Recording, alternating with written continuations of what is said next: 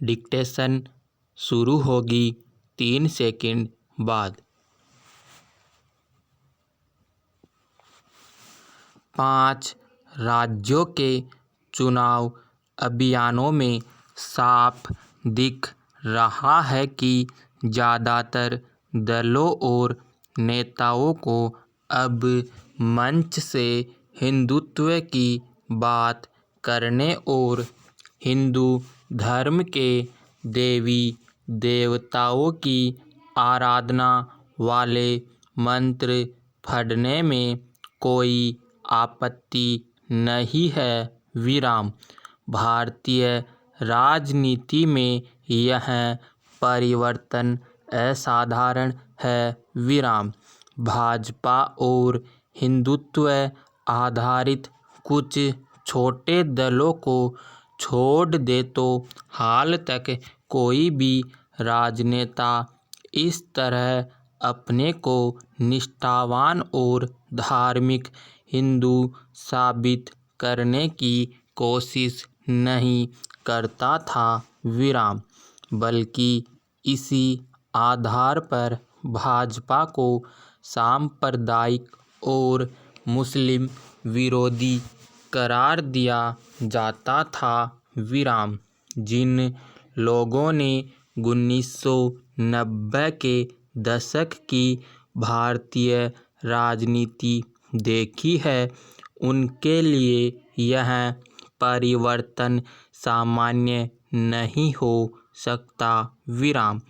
उस समय कोई सोच भी नहीं सकता था कि भाजपा पर मुस्लिम विरोधी होने का आरोप लगाते हुए एनडीए सरकार से अलग होने वाली ममता बनर्जी मंच से यह कहेंगी कि मैं ब्राह्मण हूँ और मुझे कोई हिंदू धर्म न सिखाए।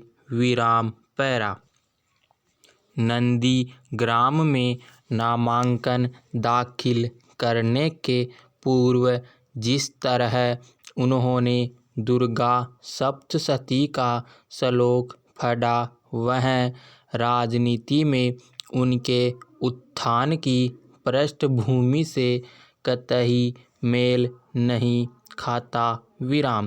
इमामों और अजान देने वालों के लिए एक मुश्त मासिक राशि घोषित करने वाली ममता दुर्गा पंडालों के लिए सरकारी कोष से धन की घोषणा करती है, तो मान लेना चाहिए कि आरएसएस और भाजपा लंबे समय से जिस राजनीतिक वातावरण के निर्माण की कोशिश कर रहे थे, देश उस दिशा में काफ़ी आगे बढ़ चुका है। पहले का समय होता तो भाजपा विरोधी शेष दल ममता की तीखी आलोचना करते, लेकिन न कम्युनिस्ट पार्टियों की आलोचना में वैसी ध्वनि है और न ही कांग्रेस का स्वर प्रखर है।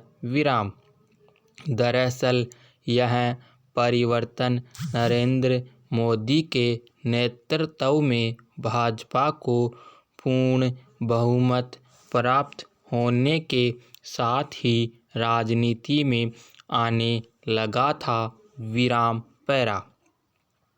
2017 के उत्तर प्रदेश विधानसभा चुनाव के बाद तो तथाकथित सेक्युलरवाद की सीमा ही टूट गई। राहुल गांधी को मंदिर मंदिर जाते, भजन मंडलियों के साथ भजन गाते दिखाना, उनको जनेऊधारी ब्राह्मण तथा शिव भक्त साबित करना इस बात का स्पष्ट संकेत था कि संघ और भाजपा के प्रचंड हिंदुत्व आवेग का दबाव पार्टियों और नेताओं पर कायम हो गया है। जहां भी भाजपा का जनाधार है वहां ज़्यादातर दलों के अंदर यह भाव बैठ गया है कि सेक्युलरवाद की राजनीति से आम हिंदुओं के बड़े समूह ने हमें मुस्लिम समर्थक मान लिया है और वोट नहीं दे रहे हैं। समाजवादी पार्टी के मुखिया अखिलेश यादव ने अयोध्या के उद्धार तथा अंगोरवाट की तर्ज पर भव्य विष्णु मंदिर बनाने की घोषणा कर दी। मध्य प्रदेश, राजस्थान और छत्तीसगढ़ के चुनाव में कांग्रेस के घोषणा पत्र में खुलकर ऐसे वादे किए गए जिनसे लगे कि उन्हें हिंदुओं की भावनाओं का ध्यान है। बिहार में आरजेडी के तेजस्वी यादव ने भाजपा को राम मंदिर के नाम पर धोखा देने वाली पार्टी बताते हुए स्वयं को ही इसका समर्थक घोषित किया।